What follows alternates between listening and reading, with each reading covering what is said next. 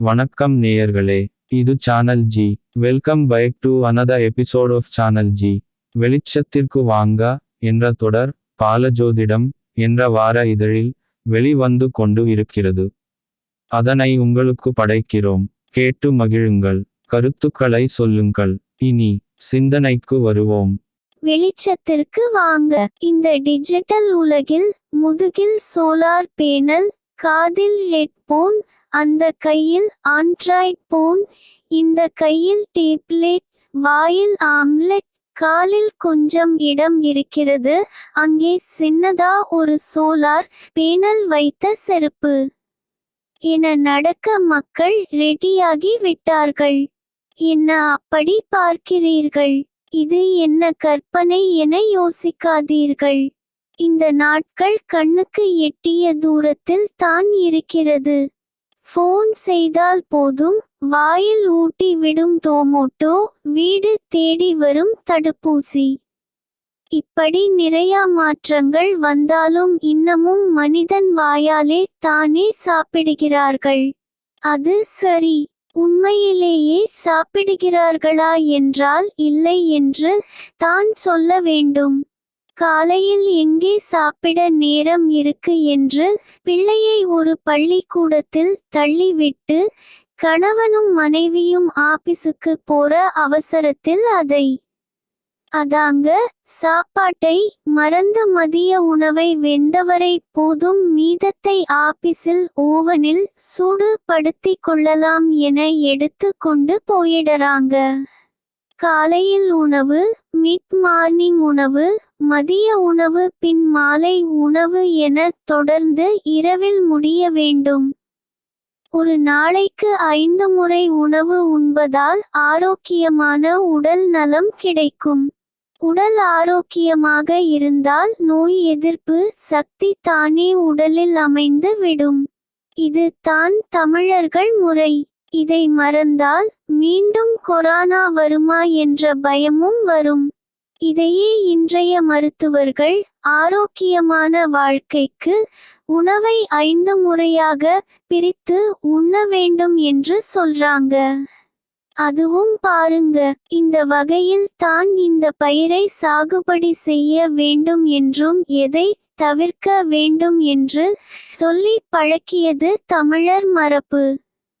அதை இயற்கை நமக்காக அப்படி அமைத்து தந்து இருக்கிறது. உதாரணமாக ஆச்சாரமான குடும்பங்களில் ஆடி முதல் தொடங்கும் சாதுர் மாதத்தில் கத்திரிக்காய் சாப்பிடுவதை தவிர்ப்பார்கள். இதையே இந்த கத்திரிக்காய் ஆடி பட்டத்திற்கு ஏற்றது அல்ல என்பதை விவசாய நண்பர்கள் சொல்லி தருவார்கள்.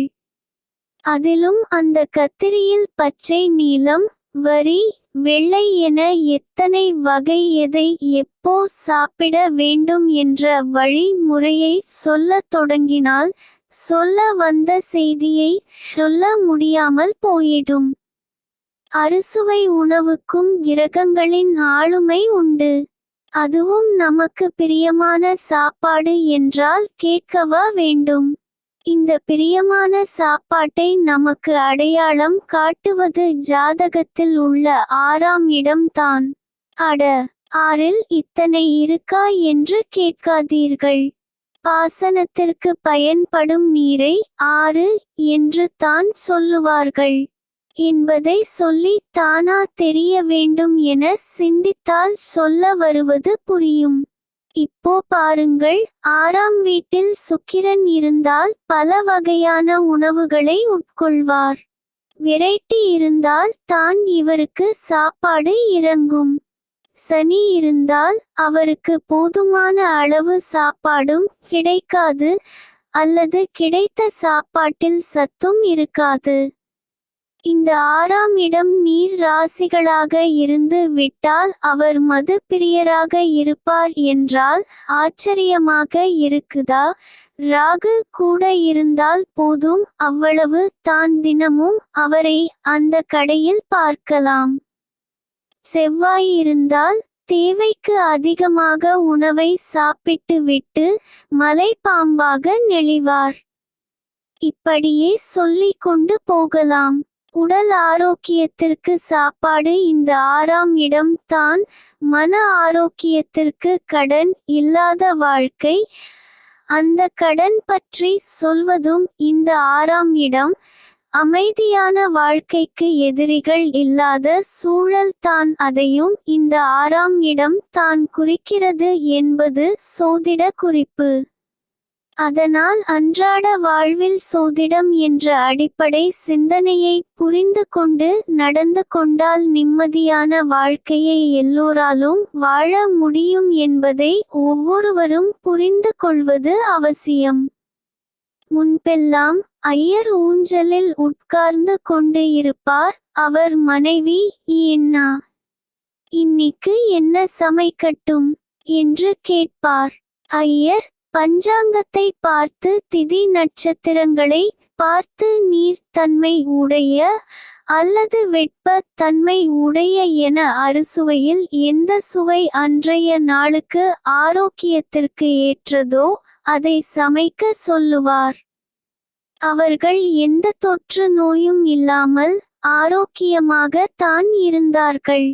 ஆனால் இன்று எந்த காய் மார்க்கெட்டில் விலை குறைவாக இருக்கிறதோ அவைகளை நிலம், நீர், நெருப்பு, காற்று, ஆகாயம் என்ற எந்த தன்மை உள்ள காயாக இருந்தாலும் அது எதிர்மறை விளைவுகளை தருவதாக இருந்தாலும் கூட அதை சமைத்து போடுகிறார்கள். இது ஆரோக்கியமானது மட்டுமல்ல, அன்றைய நாளுக்கு ஏற்புடையதாகவும் இல்லை என்பதால் நோய் எதிர்ப்பு சக்தி குறைகிறது. நோய் தொற்று கூட எளிதாக பரவுகிறது என்று சொன்னால் வியப்பாக இருக்கிறது அல்லவா? உடல் சக்தி பெற உதவும் உணவு தான் உடலில் சேரும் சாப்பாடு. அது கூழ், இரத்தம், தசை, கொழுப்பு, எலும்பு, மஜ்ஜை, விந்து மற்றும் கழிவு என 7 இடத்தில் வடிகட்டி உயிர் வாழ உதவுகிறது என்பதை புரிந்து கொண்டு அவரவரின் அன்றைய நாள் இருக்க வேண்டும். பசிக்காகவோ ருசிக்காகவோ எதையாவது சாப்பிட்டு எப்படியோ வாழ வேண்டுமா? நோய் இல்லாத வாழ்வே செல்வம் என்ற மனநிலையில் திருப்தியாக வாழ வேண்டுமா என்பதை நாம் தானே முடிவு செய்ய வேண்டும்.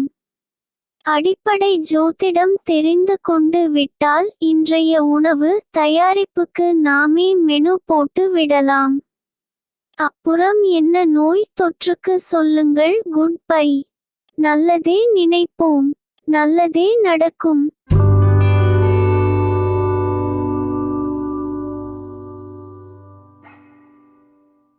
அன்பு நேயர்களே, உங்களுக்கு விருப்பமான நிகழ்ச்சிகள் சேனல் ஜி-யில் தினம் ஒளிபரப்பாகிக் கொண்டு இருக்கிறது. உங்கள் கருத்தை எங்களுக்கு எழுதி அனுப்புங்கள். எங்களுக்கு எழுதி அனுப்ப வேண்டிய முகவரி podcast@gmail.com.